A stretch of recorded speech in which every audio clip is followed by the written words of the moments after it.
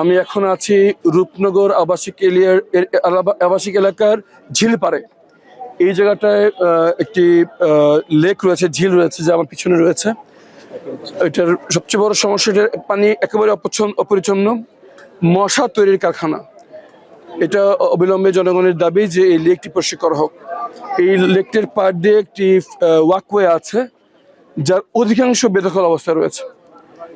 অবৈধ দখল এবং বেশ কিছু জায়গায় এখানে কোনো পরিবার নিয়ে হাঁটা চলার জায়গা ছিল, সেই পরিবেশটা এখন আর নাই। অন্ধকার হলে এখানে কিশোর গ্যাংয়ের দৌরাত্ম্য শুরু হয়। সাধারণ যারা এলাকাবাসী আছে তারা এখানে চলতে পারে না। এবং পরিবেশের এখানে আরেকটি সমস্যা হচ্ছে, এখানে একটি টার্ন রয়েছে যেটা খুব টাইট 90 ডিগ্রি এখানে টার্ন। এখানে যদি কোনো স্পিড ব্রেকার না থাকার কারণে প্রায় এখানে দুর্ঘটনা হচ্ছে। সব মিলিয়ে আমি সিটি কর্পোরেশনের দৃষ্টি আকর্ষণ করছি। বাত ব্যথা, প্যারালাইসিস কিংবা আর্থ্রাইটিস, আধুনিক ফিজিওথেরাপি ও পুনর্বাসন চিকিৎসায় নির্ভরযোগ্য নাম ডিপিআরসি। যে এই ফুটপাথটি অবিলম্বে দখলমুক্ত করতে হবে।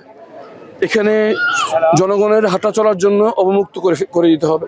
দ্বিতীয়ত, এই লেকটাকে পরিষ্কার করে এ জায়গায় মাছ চাষ বা এমন কোনো অ্যাক্টিভিটির জন্য ওপেন করে দিতে হবে যাতে পানিটি পরিচ্ছন্ন থাকে।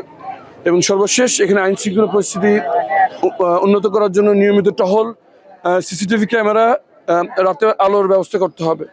এবং সব মিলিয়ে এই আবাসিক এলাকার মানুষের দাবি, এই এলাকাটাকে যদি উন্নত করা যায়, এখানে মাঠের একটি জায়গা প্রয়োজন। এই ঝিলটাকে আমরা যদি ঠিকমতো পরিকল্পনা করি, হাতির ঝিলের মতো একটি আকর্ষণীয় জায়গা এখানে হতে পারে।